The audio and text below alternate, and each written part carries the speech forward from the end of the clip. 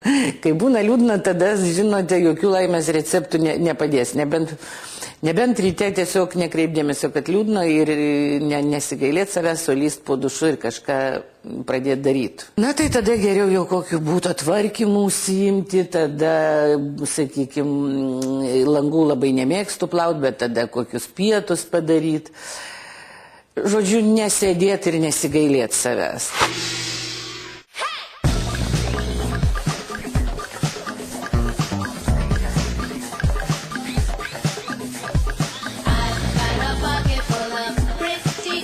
Nei tau vaistai padės, nei tau alkoholis padės, nei tau geriau atmestas mintis ir pradėti fiziškai darbuotis. Vienas receptas yra turbūt darbas, kito recepto nėra nuo liūdesio.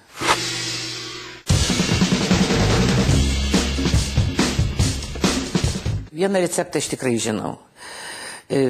Tada reikia arba vonioj, arba po dušu pajungti šaltą tekantį vandenį, bet šaltą. Ir 118 žingsnių bėgančiam šaltam tekančiam vandenį padaryti. Čia yra senas tibetiečių receptas, Tibeto vienuolių. Jie tai daro eidami kalnų upe. Jie žygiuodami kalnų upe po akmenys ir ten vanduo labai šaltas, skaidrus, švarus ir akmenukai. Ir bet nedaugiau. Ir eini ir skaičiuoji, 118 žingsnių, po to kojos pradeda šalt, tada jau gali peršalti. Dar labai padeda, pavyzdžiui, aš labai bijau dušo šalto. Bijau, aš nedainu vis niekaip, kad būtų toks kontrastinis dušas, man baisu, man rėkt norisi, klykt norisi.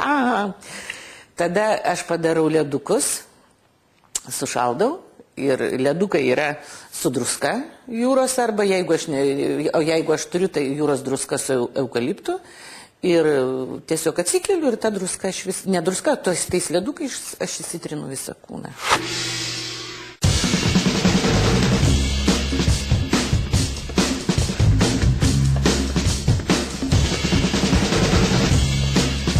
Tame tarpe galima daryti, kol dar nepradėjo skambėti telefonai, tai aš darau šitą ryte, nes man pradeda nuo 8:30 telefonai skambėti. Tai aš tada reikia paimti arba arachiso aliejus, arba saulėgrąžų aliejus, valgoma iš aukštai burną ir skalaut pusvalandį. Tada, aišku, šnekėti tu negali, bet procedūras daryti tu gali tuo metu.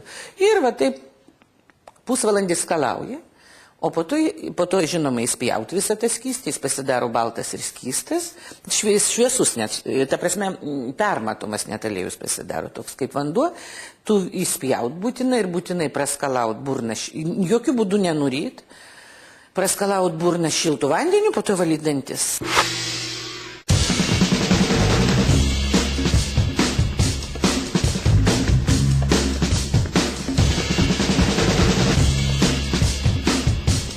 Siūlyčiau mažiau užsiimti savigraužą ir mažiau kreipti dėmesio į save.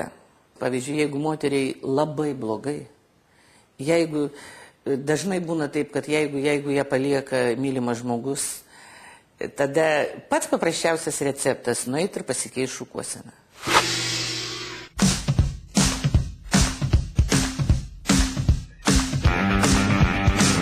Čia yra matyti, kažkas yra psichologiškų, yra, kai pasikeičia trupučiuką tavo įvaizdis, tu atsikratai tam tikrų neigiamų emocijų, tam tikrų kažkokių neigiamų laukų. Jeigu kam norisi, gali save palepinti saldumynais, šokoladu.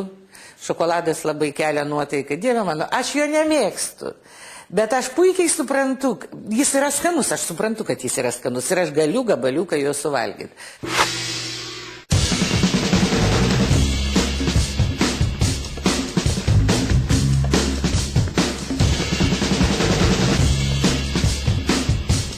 Galų gale taurė šampano, paplepėjimas su drauge.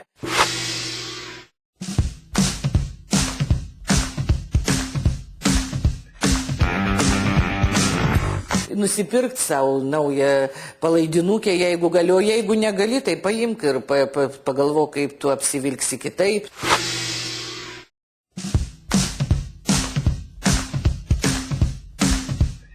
Nuėjimas, sakykime, pačiai savo netikėtai į teatrą arba į koncertą, į bet kokį. Tik tai nesėdėti ir nežiūrėti į langą, neverkt ir nesigailėti savęs.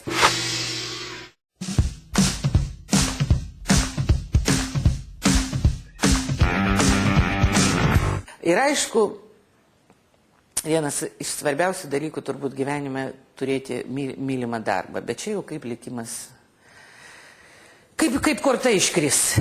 Daug visokių, bet receptai visi labai seniai žinomi ir kapstosi kiekvienas kas kaip moka.